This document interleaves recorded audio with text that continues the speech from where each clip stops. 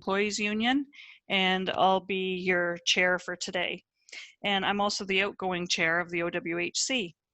I'm joined by many of the other board members, 11 of them today. So first, let's get a bit of technology under our belt. Just to see your faces, just wave if you've ever Zoomed before. Anybody? Lots of waves, lots of people Zoomed. Okay, just want to review a few things for the people. So there's audio. If you can't hear, there's a number to call, or if your bandwidth cuts in and out and you need to be able to call to hear, feel free. There's the number. Maybe I'll see if Nathan can pop that number in the chat so that when the slide disappears.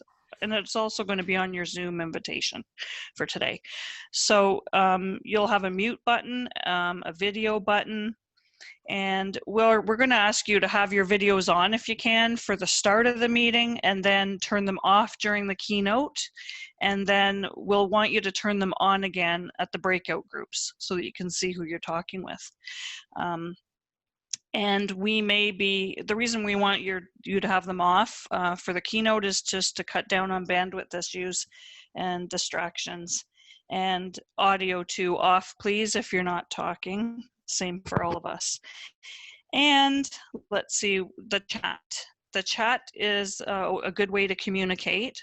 Put questions in the chat. We'll have people monitoring the chat. The other thing is on the bottom of your toolbar, you'll see this reactions button. So everybody take a look there and click it and give me a thumbs up. Great. See a bunch of thumbs ups. You know, you can have, so if if you like something that's being said, or if you want to give some feedback, we want to encourage you to use these reaction buttons. The other thing I wanted to mention is that we're recording the presentation part of the event, but not the breakout rooms. Okay, just so that you know that. Okay, if anyone has any other questions about technology that I didn't cover, please put them in the chat and someone will answer them for you. Great, well, let's turn to the next slide, Nathan, please. Today is a very exciting day because we have Lisa Kelly here to talk about transitional leadership, and you're going to get hear from her in a minute and have her introduced. But I just want to say how excited I am that you're joining us at 7:30 a.m. out there in Alberta. So, oh, it's all good. I'm honored to be here. Yeah, so thank you so much. The next slide. Nathan, if you turn to the next slide, that'd be great. Thanks. So what you can expect today is a really exciting program where we're going to have a presentation from Lisa. We're going to hear about our workplace health model, which Wayne is going to introduce for us. And we're going to have breakout rooms, and then at around 11:20 so that section will be over, and we'll have a little break. And then at 11:30, the legal annual general membership meeting takes place from 11:30 to 12. We encourage you to stay for both if you can, and it'll all be over around 12 o'clock. So that's what to expect. Okay, next slide, please, Nathan. The OWHC is a passionate group of volunteers. I'll just show you the little video here.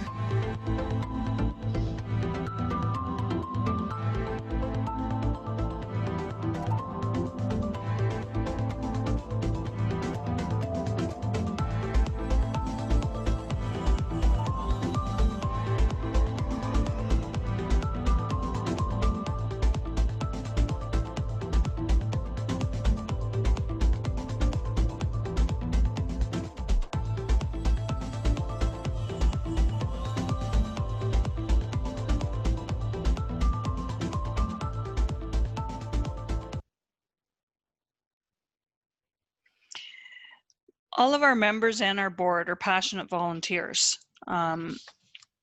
We are all united by a passion for workplace health and taking a comprehensive approach to workplace health and psychological safety. We have two sponsors that I'd like to mention and thank right now. So the Canadian Centre for Occupational Health and Safety is Canada-wide. Probably everyone at the meeting has heard of them. They have been really there for us during the COVID-19 pandemic, as well as through any other health and safety or thing that comes up across the country.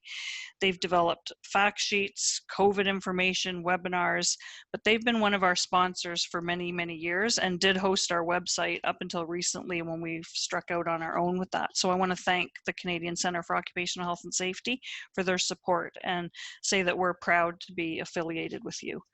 And also Workplace Safety and Prevention Services, WSPS for short, is one of the health and safety associations in Ontario that workplaces rely on for resources and information about workplace health. And also, I just wanted to say that they have also produced many resources that help during the COVID-19 pandemic. And we're very proud for their support. WSPS helps us provide us with meeting rooms when we can meet in person. We had Desiree D'Souza from the WSPS as our secretariat that kept us all organized until January of this year. We want to really, we miss Desiree a lot. She moved on to other things and we miss her, but we want to thank her and thank WSPS and for their ongoing support of our organization. And again, we're proud to be associated with you as well. The next slide.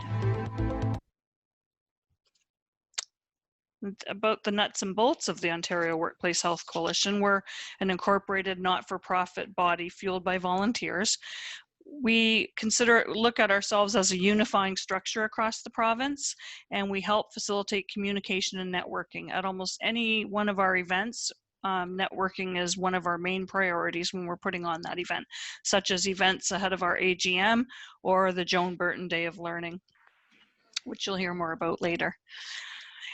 We promote a comprehensive approach to healthy and safe workplaces in Ontario. And our goals and anticipated outcomes and what we actually focus on during our year is we talk about and our actions show and we encourage that a comprehensive workplace health approach is an integral part of organizational planning and management with ownership and accountabilities that go with them that actually make it come to life. And healthy workplaces is a priority item on the agenda of Ontario governments. That's another one of our visions, and we're always working towards making sure that that's so. And the full economic and social impact of comprehensive workplace health is measured. So we want to make sure that everybody knows the benefits of undertaking a comprehensive approach, and we work towards that all year long. Next slide, please. I think Wayne will take you through. I would like to introduce now Wayne Clancy. He's one of our board members. He's just going to talk a little bit about our model, some work he's doing, and he's going to introduce, and this will set the stage for our keynote speaker, Lisa Kelly. So I'd like to introduce Wayne Clancy. Thank you, Terry. And you, Wayne. Nice to see everybody. Kinda. It certainly is an interesting time for all of us. First off, I'd like to just say how honored I am to be a part of a group of such passionate people, because for over 20 years, or over 25 years, we've been measuring workplace health and wellness within our organization and the impact it has on productivity and outcomes and lives. And it has been for so long such an underprivileged or an underconsidered area, and which is why I'm excited about some of the work Lisa's doing, and I can share a little bit more. But the Workplace Health Coalition is a place, where workers and managers collaborate, and collaboration is such a key part of it. And the continuous improvement component of what we're all about is also part of it, because as everyone knows, you can't just start something and then figure it's going to play itself out. It's got to become a process because things change. And not many of us were able to predict anything close to what has happened this past year, and the impact that that has. So there are different measurements, but we're emerging in some of our thinking in those areas. So it's a critical part of what we're looking at as an association. What's the physical work and the psychological side of things, and then the personal health resources and how much organizations can actually help support it, and how can organizations participate in the community, which is even more critical today because a lot of times the community is now the workplace for people where it hadn't been before. And a lot of our research is showing some very interesting components where people used to go to the office and people would worry about organizational culture. Now they're working from home and have been for a long time. So community culture becomes more and more important and creates a business case for companies to help support different initiatives in those areas.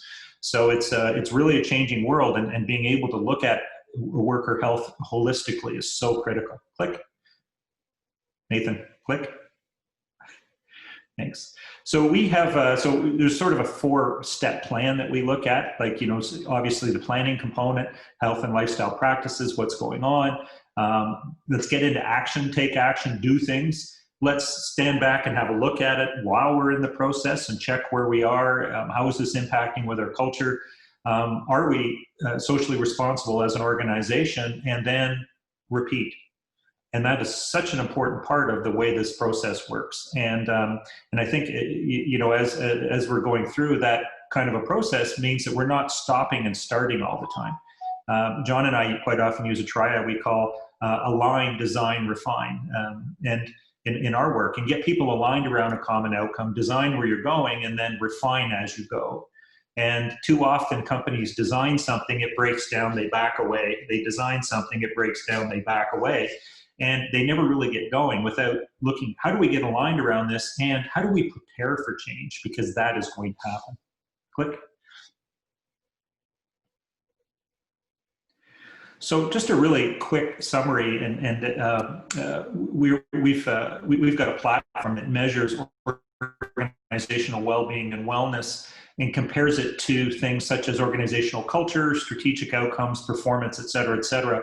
And we've also got some very unique measurements around what we call character and humanity, which is a partnership we have with Arizona State University, where we're showing that the way people treat each other actually impacts wellness, well-being, and ultimately financial outcomes for organizations. And with the pandemic that went on, my partner in writing, John King, best-selling author of Tribal Leadership, and I, we created what we call a pandemic checkup. And what you're seeing are some very basic results from that. And we've got many thousands of people across Canada and the United States that have participated in this. And we asked people to share their thoughts and ideas, the way things are now and they were pre-pandemic. And you can see that, from a strategy point of view, people are still a little bit concerned, but there isn't much of a change as it went from 84% of expectation to 83. The culture elements have dropped a little bit in the 2 points, but skip down to number 4. Wellness and well-being has dropped 10 points. Very, very significant. People are not well right now, and there are some key elements that are coming out. And then we look at the character and humanity. The good news out of this is that people are actually, in many cases, treating each other a little bit better. They're showing a little bit more compassion. They're going out of their way to help others. And this is an emerging thing that's happening, and that's a fairly significant increase. And it's something that we can leverage as a part of health and well-being. And I know Lisa takes that into action with her work, which is why it was so cool seeing some of her work compared to some of the things that we're doing, because we're aligned in that area. So it gives you an idea on kind of where some of the things are going. And just a real quick click. Just a real quick look at some of the areas that we looked at, and you can see where some of the very significant drops occurred. And these are predictive analytics. We've been working with organizations for over 25 years, and when we see numbers like this, we know that there's going to be a fallout in the future. Sometimes companies are still able to maintain a certain amount of financial outcomes because their people are working on fumes, as we say quite often. But there will be burnout sessions that occur further down the path. And part of our mission here, and I know Lisa's a big part, how do we get out in front of this? How do we recognize where we are, and how do we help people to get out in front of this so we don't have the kind of breakdowns 4, 5, 6 months from now that we could have? And you can see the very significant ones such as sleep. I fall asleep easily and sleep well. That's a massive drop. People are not sleeping well right now. People are not waking up in the morning refreshed. People don't have energy left at the end of the day.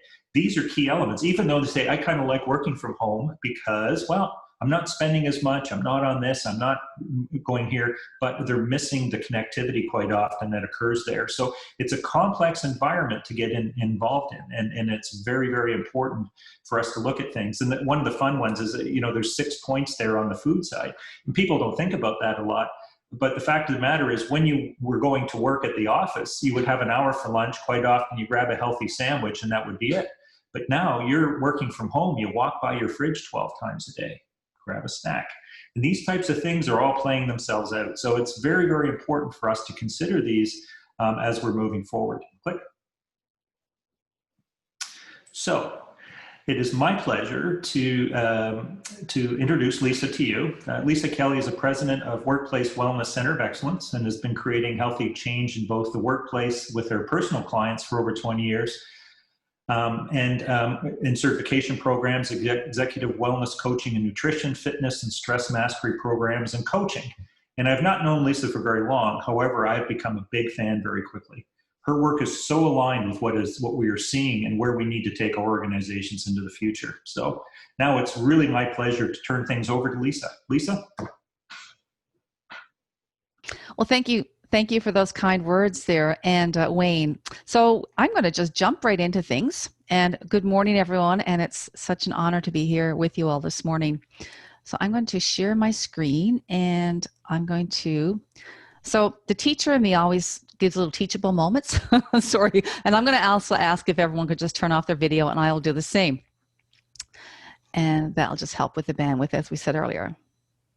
So as I was about to say, I'm a teacher at heart. So periodically you'll see me infuse, and I can't help myself, little teachable moments. And so the first one is that when we're doing webinars of this sort, it's always great to ask if your audience is seeing what you're seeing. So I'm going to ask you right now, are you seeing what I see, which is the cover slide, Cultivating Thriving Hybrid Work Cultures in Dynamic Times. And if someone could just give me a verbal on mic, yes, that would be great. Yes. Yes. Thank you. Thank you. Yes, yes, yes. Excuse me. Okay, well, we're ready to rock and roll. So welcome, everyone, and hello, and a big welcome to my presentation, Cultivating Thriving Hybrid Work Cultures in Dynamic Times. And a special shout out and a generous thanks to the Ontario Workplace Health Coalition for inviting me to speak with you all today. So before we get started, I want to share a few details and requests. As by best guesstimates, our presentation will be about, and breakout group, about 90 minutes, give or take a few minutes. As I've asked if you could please keep your cameras and mic turned off, and then we'll turn them on again once we go into the breakout group activity. As always, we all know when we're on webinars, there's that tendency to check our phones or Facebook, LinkedIn, whatever the case may be, or text messages. So I just ask if you can maybe power down all your devices other than this computer that you're on. And I have a lot of great information coming your way, and I think like 80 slides. So a lot of information, you're not going to want to miss it. So just if you can, stay present, and that would be great. Now, in the unlikely chance that Zoom drops me, it's happened in 5 years, once or twice, not often. Please hang tight. Terry and Wayne maybe will sing for you, and I will be back in just a few minutes. Now, as far as our presentation overview today, we're going to look at the fundamentals of transitional leadership. And I want to thank Wayne for those kind words he shared about the service and work I'm doing. And change management for dynamic times and considerations and strategies for that. And then we're going to look at moving forward imperatives for growth and sustainability. We're going to discuss inclusive culture building in hybrid work climates and nurturing employee well-being and development. And this is really my passion, right? It makes my heart sing. And then we'll end off with a breakout group activity and a full group debrief.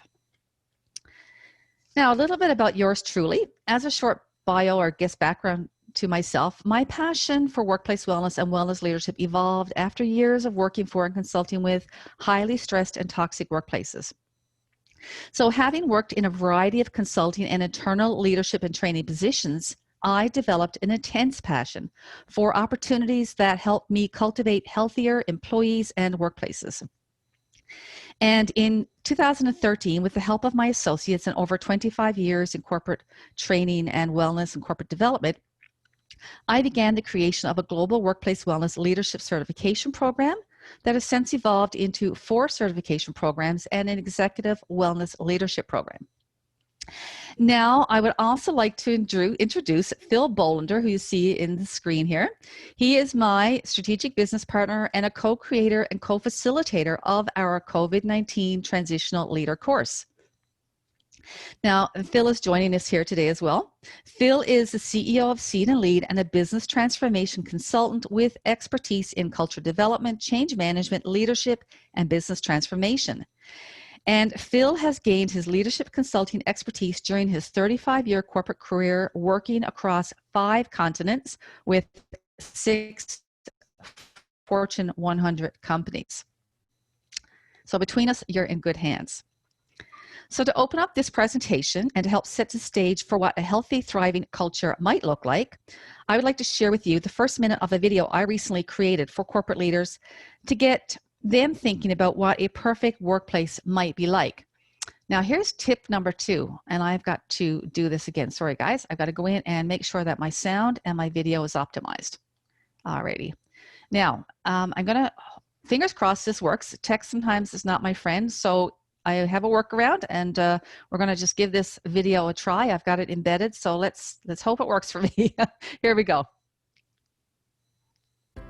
Have you ever pictured the ideal workplace and wondered what it might be like to work there? A work culture that vibrates with excitement, energy, and passion. A workplace where employees and leaders are inspired, engaged, challenged, and fulfilled. A workplace where senior leaders champion employee well-being and healthy work practices, critical for healthy work cultures and organizational performance and growth. And a workplace where leaders nurture and care for employees like family. All right. That was just a quick little teaser. You can see the rest of it if you want to go to my YouTube channel, Workplace Wellness Center of Excellence. So the COVID-19 Transitional Leader model and course were inspired by interviews I conducted with 9 global leaders, including Gallup's Wellbeing Manager and the HR Manager of Heineken Beer in Spain, just to name a couple, to garner their perspectives of strategic responses that could help organizations navigate their way in these unprecedented times. And as I said earlier, I should just confirmation because I just did a video check. So I want to confirm, can someone just let me know that you're seeing the slide that says Inspiration for Transitional Leader Model? Yes. Thank you.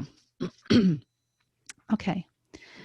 So in creating the COVID-19 Transitional Leader Framework, Phil and I identified concepts that we felt leaders would be well served to hone and apply to help strategically support the employees and organizations they serve and support. And one thing we have witnessed and believe with 100% conviction is that our transitional leaders are proving themselves to be valuable change agents in their efforts to help foster healthy, high-performing virtual work cultures in these challenging times. Let's now explore what we believe to be the key fundamentals of transitional leadership, and particularly in the context of this pandemic. This pandemic is and will be a real test of leadership.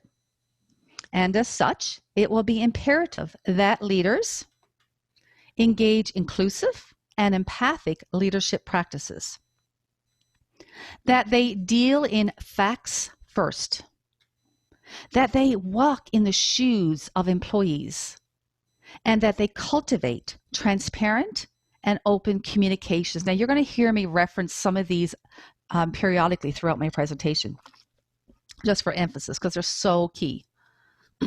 Excuse me. So, many employees today are experiencing and suffering at the very basic physiological levels, as depicted in this slide. And I want to thank Wayne for highlighting some of that before we got started. So throughout this presentation, I've included several pulse check questions for you to reflect on and ponder. So my first question relating to my prior slide is this. And you don't have to, if you want to chime in chat, you can, but just I really want you to think about these pulse checks as we go through. So how do you feel we are doing as organizations and leaders in meeting the needs of employees today? Okay, so give that some thought. How are we doing? Our organization's employees are not the same as they were pre-pandemic, and leaders need to ask the hard questions of themselves, their organization, and their employees. And to quote one of my favorite authors, Simon Sinek, we need to keep asking the hard questions until we uncover the big why. And as leaders, we need to keep asking, why is that important? And why is that important? And to keep asking these questions to uncover the truth and the real answers to these very hard questions. Without a doubt, leading in these turbulent times is a balancing act of organizational and employee needs. As such, effective transitional leadership will require walking a fine line in balancing the needs of our employees and organizations, and yes, at times, even calling out the elephants in the room that no one wants to discuss. As our employees return to work sites, their needs and interests will likely be different than they were pre-COVID. And we need to be mindful of this.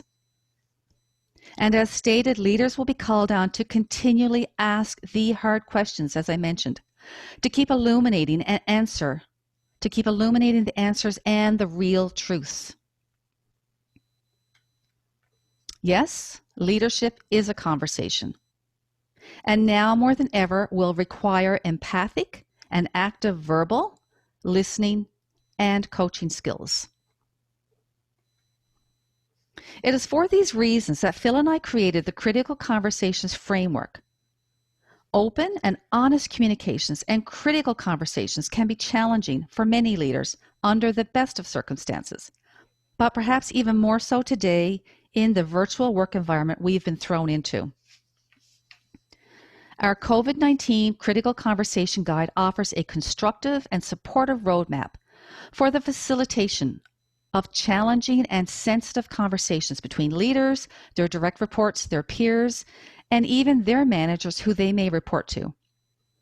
And is an especially helpful process for establishing mutually agreed upon goals and outcomes up front to lay the foundation for meaningful and productive conversations. With many employees working remotely today, another recommended leadership strategy worth adopting now more than ever is the tight, loose, tight approach. Applying this approach, leaders would be tight on goals and outcomes with their employees, loose on the implementation and the how of how employees perform their duties and where it gets done, and tight on expectations with follow-up of agreed upon outcomes and checking in periodically, and of course offering support along the way. Our employees need that more than ever.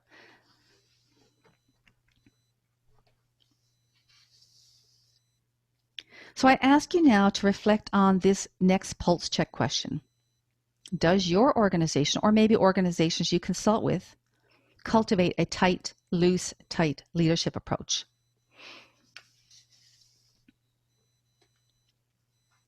Yes, now is a time for us all to lead by example. No one is immune to fears and worries, especially in this pandemic. And so it's really incumbent on all of us to be there for each other as leaders and employees, and to really be appreciative of the real struggles we are all experiencing. As leaders, we can best support our employees by being humble and transparent, as our employees need this now more than ever, and to lead the way by exhibiting humility and reverence in our words, our deeds, and our actions. Leaders now more than ever will be asked to step into the role of coach to help support both employee well-being and their work needs. Now more than ever, our employees need to feel they can lean into their leaders for emotional and professional support and guidance. Leaders as coaches will need to understand the value of working with their employees to help support their work performance. And leaders as coaches can and should help nurture and support high growth and performance in their employees, especially in these volatile times.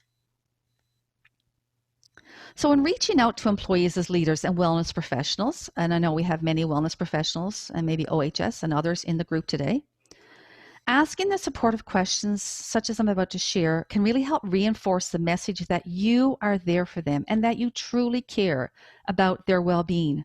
So asking questions like, how might I support you at this time? How are you managing with home working? What resources, support, or guidance might I offer to support you while working from home or maybe the work site? Are there any challenges you're experiencing that perhaps I or someone else in our organization might help you with? What is not working for you currently and how can I help? See the word help there a lot? And is there anything your teammates might support you with, right? We're a team. We need to work together, either emotionally, physically, or maybe with your job assignments. So now let's move on and look at change management considerations for these dynamic times. So to help leaders navigate and effectively lead in this pandemic, we have identified and created the following change management recommendations and supports and strategies. Now, one of the biggest challenges and drains on employees in this pandemic is staying on top of all the information coming at them.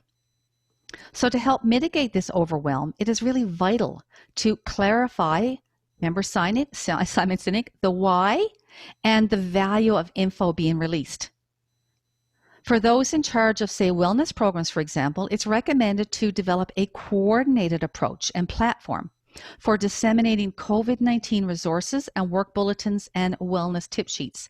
And I just want to interject here that of the feedback I've been hearing from wellness professionals and some employees that they are feeling overwhelmed by all the information. And that's what prompted me to include this slide here. So co-creating meeting best practices with teams will help to optimize meeting efficiencies and productivity. And this will also help enhance social connection and bonding, especially important for hybrid work environments of on-site and remote employees. Now, team huddles, such as those facilitated by Simon Sinek at the start of on-site or virtual meetings, can help facilitate connection, wellness, and engagement. So here are some of the huddle activities Simon uses in his team meetings to help check in with his employees before getting down to business. And you can watch Simon's video here in this YouTube link here. So Simon likes to, as he said, begin with a team grounding activity, such as maybe a deep breathing exercise. And then he may ask an employee to share a high five of the week. For example, moments they'd like to celebrate with their team. And then he might ask a team member to introduce a question of the week to allow his employees to share what's on their heart. And of course, he likes to end their huddles with a why story, shared by an employee to help reinforce in his team the significance and the value of the work they do.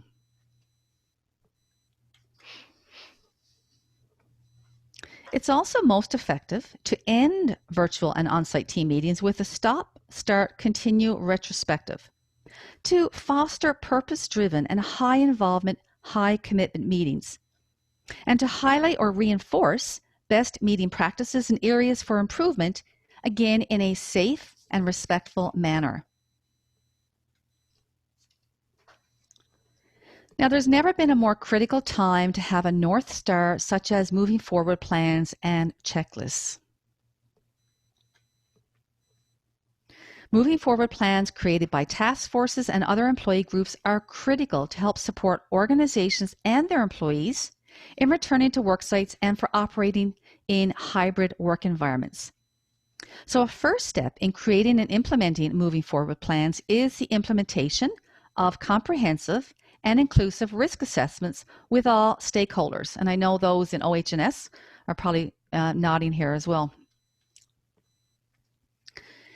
It will be imperative that organizations form inclusive COVID-19 task forces and subcommittees throughout this pandemic. And equally important that these task forces seek out the ideas, the opinions, and solutions of all stakeholders, including, but not limited to, union reps and frontline employees who can be our best source of organizational needs, safety measures, and of course, pragmatic solutions. Now, risk assessment and mitigation is everyone's responsibility. And again, I see the OHS people nodding their heads here. Open and transparent conversations can really help save lives and will need to be an ongoing process as things are changing daily in this pandemic. And it's also crucial to assign a point person or maybe persons for monitoring local and national pandemic directives and guidelines and reporting any new developments back to senior leadership and, of course, task forces. In creating operational plans, employee physical and psychological safety needs should always be job number one. COVID-19 safety policies and guidelines should be continually reviewed and amended as needed. And any changes done, of course, in consultation with employees whenever possible. And then clearly communicated to all once finalized. Now, I just want to interject with a quick note here. In our COVID course, I would periodically ask senior leaders if they had employee representatives on their task forces, and it was kind of sad to hear at times that they didn't. And I understand why, but I think there was a lot of merit in periodically inviting them in or having sort of side groups or committees that could feed into these task forces. So please do keep that in mind. Excuse me. So in saying all this, we need to always plan for the unexpected and have contingency plans at the ready. And as Simon would say, always plan for the fact that no plan ever goes according to plan. Now, moving forward plans should also identify and continually reevaluate considerations and imperatives for the redesign of workspaces in a way that is responsive to and optimizes employee, organizational, and community safety first. And then, as I like to say, work performance second. And moving forward plans should also identify how to foster sensitive and emotionally safe work cultures. Employees need to feel comfortable in openly sharing how they are feeling and that it is okay to not be okay. And leaders need to endorse the use of available internal EAP and community programs and services that can help support employees with any emotional and mental health issues they may be experiencing. So I ask you to reflect on this question. Is your organization nurturing an emotionally safe work culture in these dynamic times? And if not, perhaps reflect on some of the strategies mentioned thus far that you might bring back to your senior leadership team or client organizations that you work with.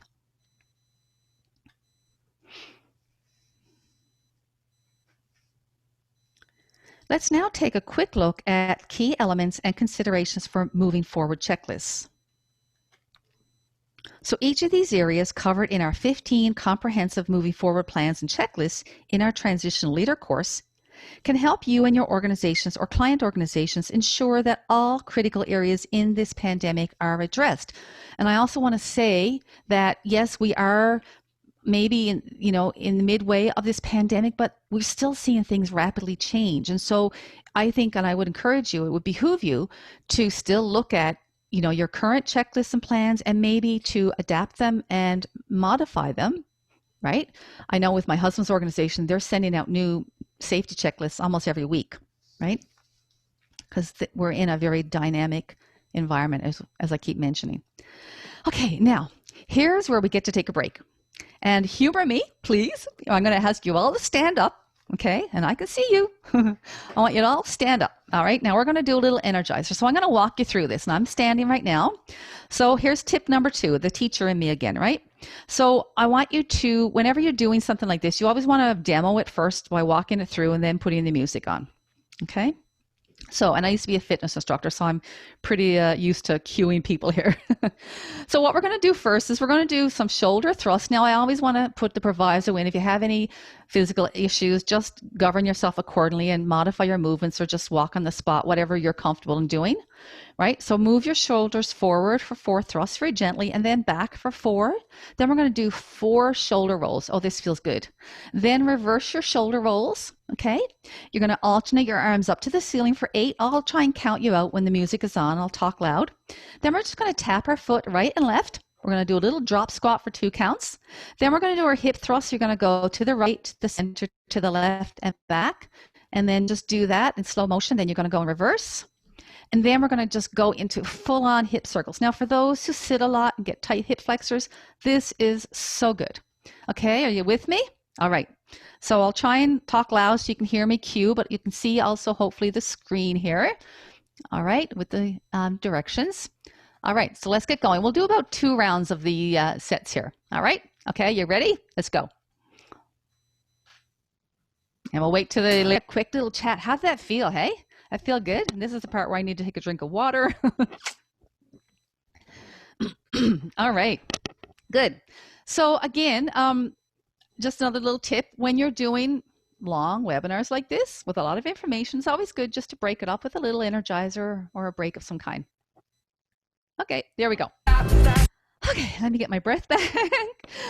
Alrighty, so let's go into part 2 here. We're now going to explore strategies and tools for nurturing inclusive work cultures in hybrid work environments.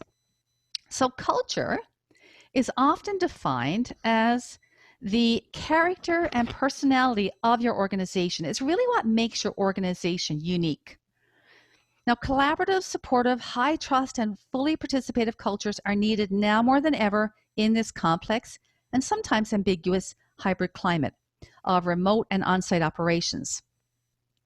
As transitional leaders, we can help lead the charge in creating safe and collegial work climates by fostering the tenets of speak-up cultures, including being inclusive and giving employees a voice through virtual town halls that I'll talk about later, and pulse surveys, for example. By including employees in the development of new processes and policies that will directly impact them, like I mentioned earlier. Excuse me. And by letting them know that they are being heard and that what they say and feel matters. And by promoting open communications and an active empathic listening. Yes, it bears reminding that organizational well-being will only be as strong as the cultural foundation it's built on. Built on a weak foundation, organizational well-being may very well crumble.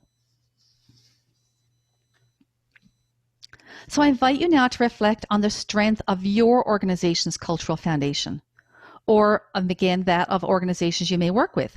And how might organizational culture in general be strengthened in this pandemic within your organizations?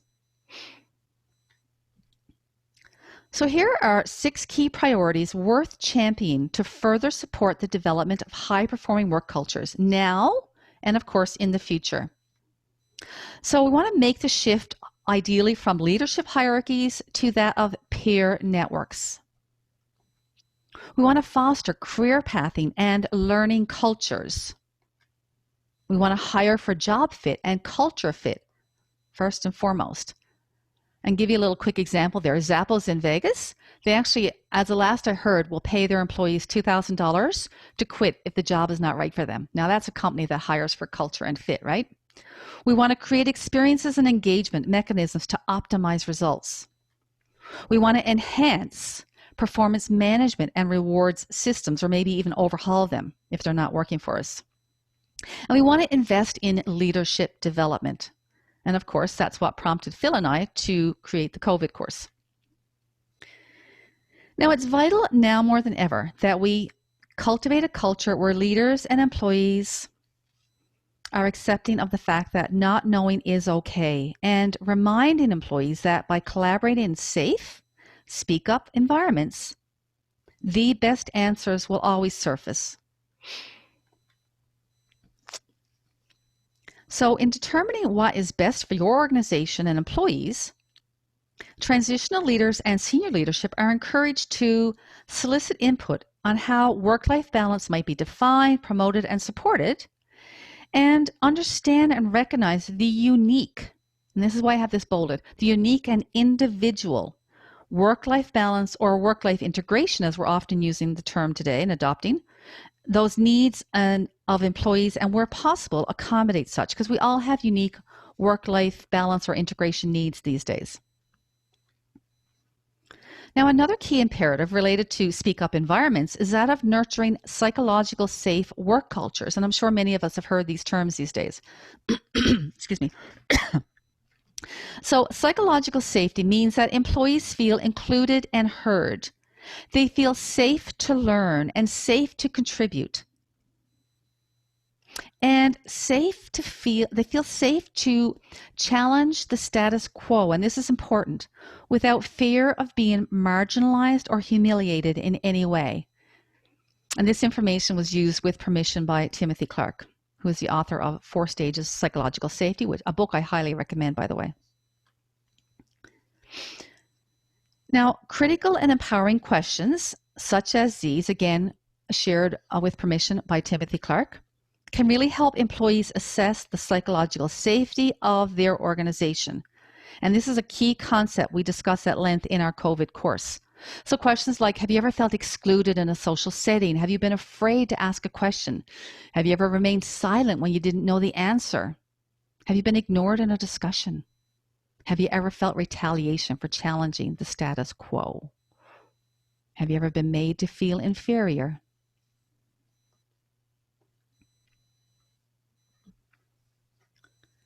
So I now encourage you once again to consider this next pulse check question. Does your organization cultivate a psychologically safe work culture? And if not, which of the concepts we've presented so far might you bring back to your organization? Targeted pulse surveys of approximately 5 to 6 questions can be a quick and easy means to provide employees a voice, especially in this climate. Excuse me. And provide leaders with timely and valuable insights to support strategic and employee-centric decisions. So in the concluding section of this presentation, I'm going to introduce considerations and strategies for nurturing employee well-being and development in these challenging times when self-care may be neglected or perhaps a lower priority.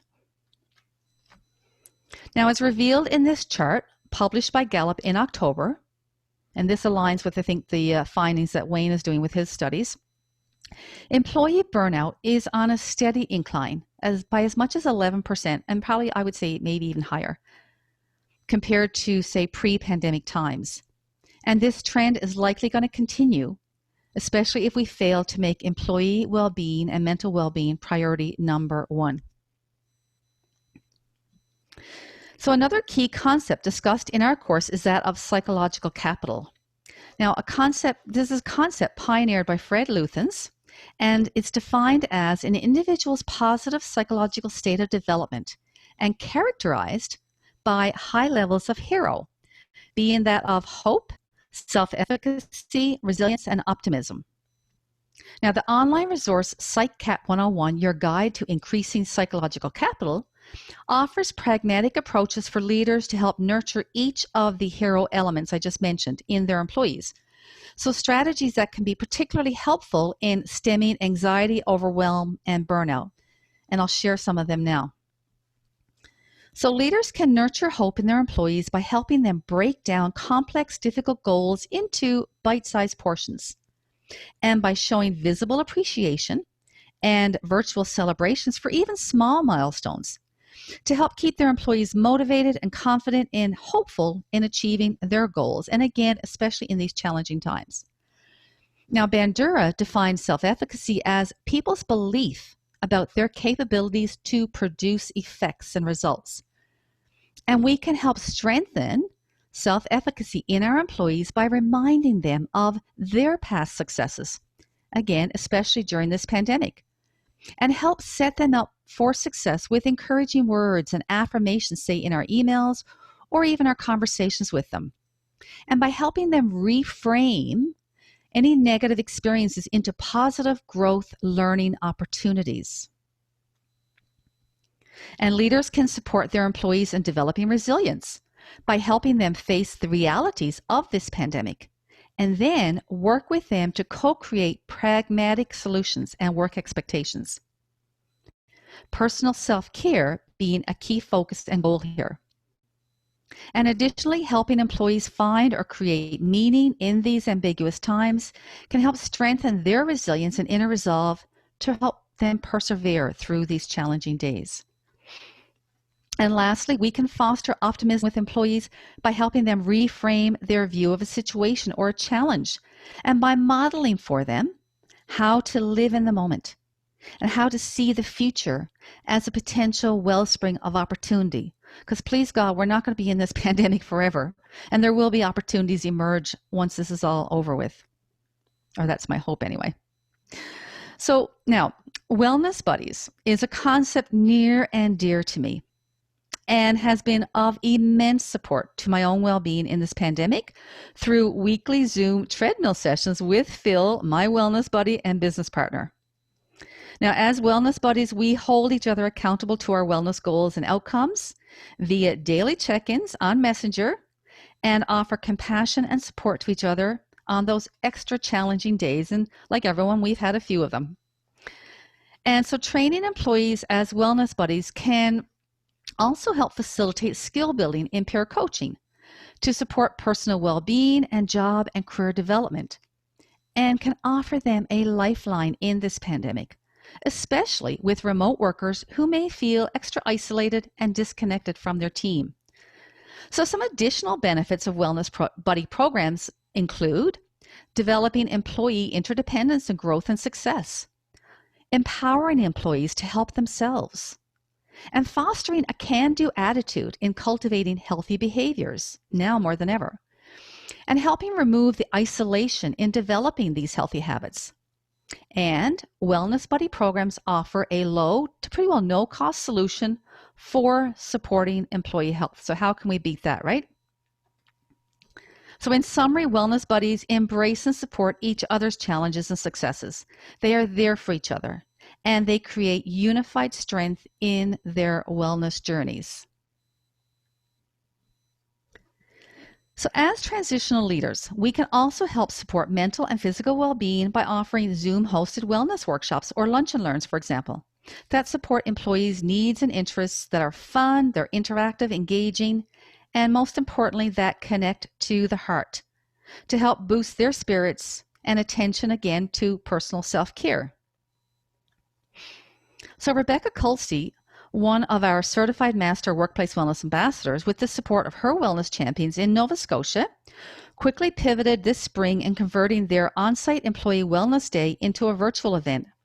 So some of Rebecca's Wellness Day virtual Zoom hosted activities included yoga sessions, nutrition talks, cooking demos, a paint night, and trivia events. And just incidentally, my daughter mentioned they're going to do a virtual celebration or a virtual Christmas party next week.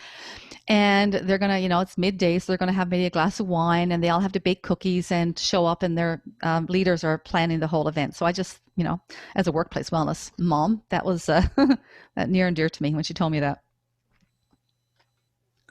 So inclusive strategies such as forming a Wellness Day committee can really help drive engagement and overall success with Wellness Day events. And garnering leadership support is another key imperative for successful wellness days and all wellness offerings. And Rebecca was astute enough to invite several mayors across Nova Scotia for the municipality wellness day, and they all did little kickoff webinars and hosted it on YouTube, and they were really endearing. I really appreciated that gesture that she did. So workplace wellness campaigns voted on and supported by employees involving activities such as lunch and learns, personal wellness challenges, wellness seminars, and one-on-one health coaching services perhaps, can again be a wellness lifeline and immense source of inspiration to employees. And Kelly Goodwin, another one of our certified workplace wellness ambassadors, has been keeping their remote and on-site employees engaged and connected and in high spirits during this pandemic with fun wellness campaign activities such as virtual Pictionary, talentless talent show that you see on the screen here, virtual patio parties, probably not right now because we're in the middle of the snowstorm here, and virtual birthday celebrations. And she also created channels in Microsoft Teams and named them For a Smile and the other one Home Office Photos for her employees to post jokes, feel-good stories, and funny pictures and share photos of their employees' makeshift home offices, their new pet bosses, and their children. And so yes, fun and engaging wellness campaign activities such as the Me Bingo that we created for our COVID course, and it's an implementable resource in our resource course toolkit, can also help boost employee wellness and team morale, particularly when set up as maybe a team building activity. So here are some additional themes you might want to consider for hosting on-site or virtual wellness campaigns. And the theme or the campaign themes displayed in this slide by the images here are some of the many wellness campaigns created in our Level 2 campaign project by our participants as part of their certification requirements and provided to our program graduates for their use with employers. So certainly I'll give you a second. If you want to do a screenshot here, you may certainly do that.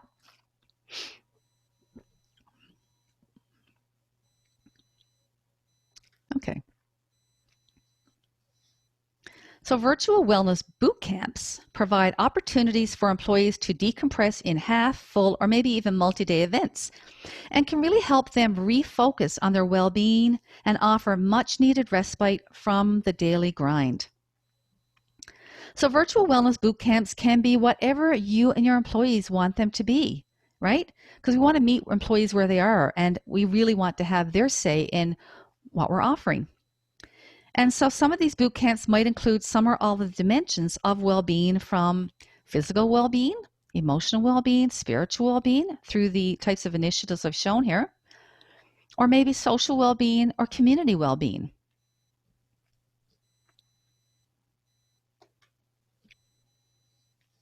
And on-site and virtual wellness campaigns and boot camps that I've been describing are great opportunities for transitional leaders and team leaders to introduce and promote wellness micro moments. So here are some ideas you might want to try with your employees, such as maybe share comedy or inspirational YouTube videos, such as Michael McIntyre's hilarious short YouTube videos. Now, if you've never checked them out, really do. They're really short, few-minute skits, but trust me, he'll get you laughing and lift your spirits. Or maybe have an employee share inspirational messages, meditation links, or daily jokes via, say, a Slack channel or a wellness portal. Right? So get them involved. Now, virtual wellness retreats, as with boot camps and wellness campaigns, offer incredible team building and restorative opportunities and can really help renew employee energy and spirit. So with creative scheduling and the right activities, half or full day retreats, for example, can be effectively delivered via webinar platforms such as Zoom. And on the screen here, you'll see a Shifting to Wellbeing retreat that is a bonus in one of our certification programs. So here are some virtual wellness retreat activities to add to your wellness toolkits. And again, feel free to capture them in a screenshot for future reference. So I'll give you a minute to do that.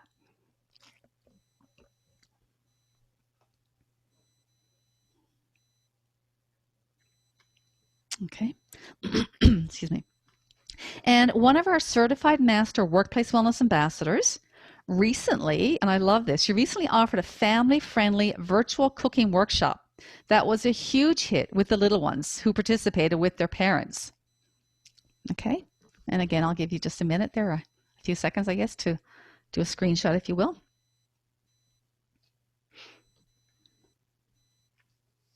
So I'd like to end my presentation now by sharing some examples of leaders and organizations who are leading the way in this pandemic. So Lisa Elginger, a wellness program manager with Broward College in Florida, shared that their managers have been doing regular check-ins with college employees to see how they're doing and have been offering their help with any issues they're experiencing. And I love this. The college president in their virtual town hall sessions reminds their employees to take their wellness breaks, right? How refreshing is that to hear that from a senior leader? To not work late into the evenings and to remember that well-being and family come first. I love it. And Lisa shared, without no surprise, that these actions by leaders are having quite a positive impact on their college climate. Now, Philippa Dawood, a wellness coordinator with Scarborough Health Network, and if you follow her on LinkedIn, she's always posting these, and we've connected and are going to meet up. In her daily movement and stretch breaks with hospital staff, has demonstrated that, yes, we are indeed stronger together. And Vodafone, a telecommunications company in their Hungary location, launched a Well at Home in this pandemic. And this well-being initiative provided employees working at home with pandemic-responsive wellness offerings to help maintain their physical and mental well-being. Now, this is my favorite slide. Bob Stenhouse of Veritas Solutions posted in LinkedIn that it is most heartwarming to see how a possible connection of music and pets and relationships and the vulnerability to be complete and our complete and authentic selves can break down barriers and bond us in our common humanity. And this goes back to what Wayne was sharing about humanity earlier. And that having our fur babies with us in our meetings, like I mentioned with my husband there yesterday, would likely not happen in a live training session, as Bob got to witness firsthand in his own webinar. And so he reminded us in his post, and I love this, to look for the silver linings in these pandemic times.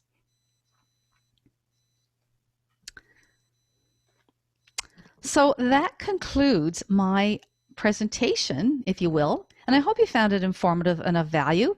And so now it's your turn now to share your thoughts and ideas in our breakout activity. So while I'm sharing this, if you want to stand and just do a little stretch, that's certainly recommended. And so for those, and I really encourage you to stay on because this is going to be quite exciting. For those remaining on, I will be assigning you to one of 4 groups via Zoom breakout groups to discuss 2 questions relating to this presentation. And you may certainly, again, as I said, stand and stretch even while we're doing these breakout groups. So when prompted, please accept the invite to the breakout group, which I'll set up in just a second. And you are encouraged to turn on your camera and mic once in the group to really make it that much more engaging for everyone. And I will be circulating around to the different groups once they're set up in case you have any questions. And so you'll have approximately maybe 20 minutes thereabout in your breakout groups, 20 to 25 minutes. And I'll ask that you decide on 3 roles, a moderator, timer, and reporter, and then discuss your thoughts and experiences related to the 2 questions I'm about to share. And then time permitting, we'll do a quick full group debrief where I'll ask the reporters to share out 1 or 2 key ideas from your discussions. So I just want to do a time check here right now. Terry, please. Yeah, it's about 10:37, so. For remaining time for my presentation? No, you have 40 minutes left. Perfect. Thank you very much. Okay, we're doing good. Yeah. All right. So Terry, if I could have you make me the host if you haven't already. Yep, done. Perfect. So here's a question. Reflecting on your organization, or I know your client organization, as we have people who are consultants maybe here today. And so reflecting on your organizations or client organizations' experiences and activities to date in this pandemic, and this is important, looking forward into 2021. Number 1, what have been or might be key challenges and opportunities of virtual or hybrid work environments and cultures? And what have been or might be key challenges and opportunities of supporting and nurturing employee well-being? So I encourage you, they're pretty simple questions, but I encourage you maybe to take a screenshot, at least several people, so we have someone having the questions, and I'll see if maybe we can even put them into the chat, but I'm not sure we'll have access to them when you're in your breakout group. So perhaps best if you could just do a screenshot. And of course, I can come around and answer any questions related to this when I'm circulating. So when I break you out now, again, you'll get prompted to join the group. And very quickly, someone volunteered to be a moderator, the timer, and the reporter. And for the timer, if you're going to have about 20, 25 minutes, divvy up your time, if you will. So set your timer for about 10 minutes for one question and, of course, 10 minutes for the next. Okay? So that being said, I'm going to stop sharing my screen and I'm going to go into the breakout group. Share something different, just so you know how that works. So if I could just ask group one, just should I end off. First off, thank you. Thank you for your wonderful participation. It's been a real joy and delight to be here and to be invited to share this all with you today. If you want to continue on the discussion, we have a free masterclass series, which is going to really carry on, and you'll get a lot of the resources we shared today. It's really like a little mini version of our COVID course. So that's happening on December 7th to 11th. And if you notice in the chat, I've put a PDF there, which has all my program information, social links and everything. So if it's there for you and you want to download that, certainly you can do that from the chat. And then we have the kickoff webinar, which is actually going to be a facsimile very much of what we did today, actually a duplication. So that's what you call repurposing, right? So we're having the masterclass series for leaders, and then that's next Wednesday on December 2nd. And then if you're so inclined, we have the follow-up series for 5 days. It's all asynchronous, completely done on your own time through our e-learning platform. So I invite you if you want to carry on, and you guys have a wealth of information and knowledge. So I'd love to have you participate. So the link to that is in that PDF. And then also, we have a 48-hour special. If anyone was interested and wanted to join our COVID course, it's all done, again, asynchronous. It's group interactive, but you learn and, review the resources on your own time. It's released out over a drip period of, I think, 12 days. So we have that special. You save $100. It's $97 US. And then lastly, we have, we have several programs coming up with certifications in workplace wellness and an executive wellness leadership program. So I've given you that information as well. And as I mentioned, I've given you all my social links, and I think I hyperlinked everything within the PDF. So love to have you join our social groups and LinkedIn and Facebook if you're there on Facebook, and certainly connect with me on LinkedIn as well. And so thank you everyone. It's been a real delight to be here today. Lisa, if I could, just really quick before we end, sure. Because this is just sort of a secondary thing about the Ontario Workplace Health Coalition. .ca. Yeah. And if anyone's interested, if you're not already a member, please check out our website, owhc.ca. And if you're interested in becoming a member and having more of these kinds of sessions and just the interaction, I thought, thank you, Lisa, your leadership in this has been wonderful, and thank you. And appreciate helping us to be mindful of the resources that are available. So please check out the information that Lisa's provided, and also let us know what you think of this, and we'll be talking a little more about that. But check out the website. There's a membership ribbon on the top of the of our website, and check out what it's all about. Tracy talked a little bit about organizational membership, individual membership, or if you're a student and you'd like to be a member, check those out. But I just wanted to take a point, and I'm sorry, Lisa, I just wanted to throw that in there. Hey, you're more than welcome. I'm glad you did. So on that night, I hope I delivered what you were hoping to get. I hope I touched on key points and that it offered you, value, and it was a good use of your hour and a half this morning. And thank you for giving up your time. And I do hope we get to connect. I have many social groups and courses coming up and what have you. And I'd love to have you consider joining us. So with that, I think I will turn things over to whoever, maybe Thierry or someone, I'm not sure who. Yeah, it's me. I want to thank you so much, Lisa, for that. And I can also say that we can add fitness instructor also to the leadership expert. I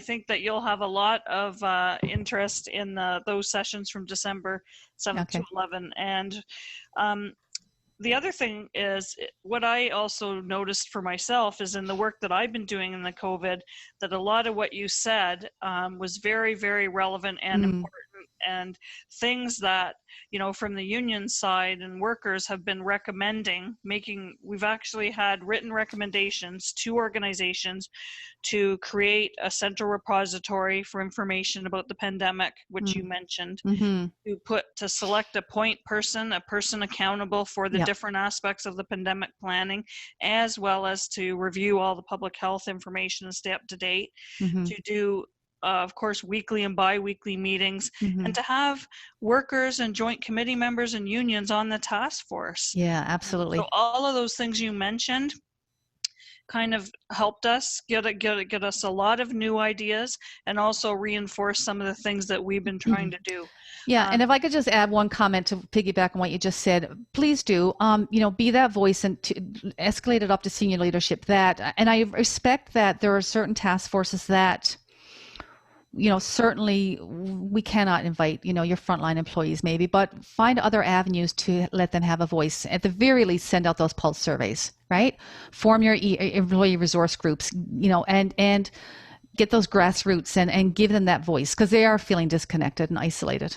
Yeah, and you also gave us a couple of book leads, and we want to thank you, and we want you to read a book on us, and we're going to be sending you a gift certificate from Indigo to well, there you go. I have many so books that next time today. you present, you can tell us about those books. Oh, absolutely. Absolutely. Well, I really appreciate it. I really appreciate it. Thank you so much, guys. Be well.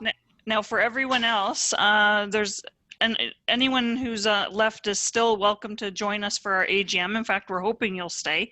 We're going to have a 10-minute break from 11:20 to 11:30, and we're going to start the annual general meeting at the 11:30 on the dot.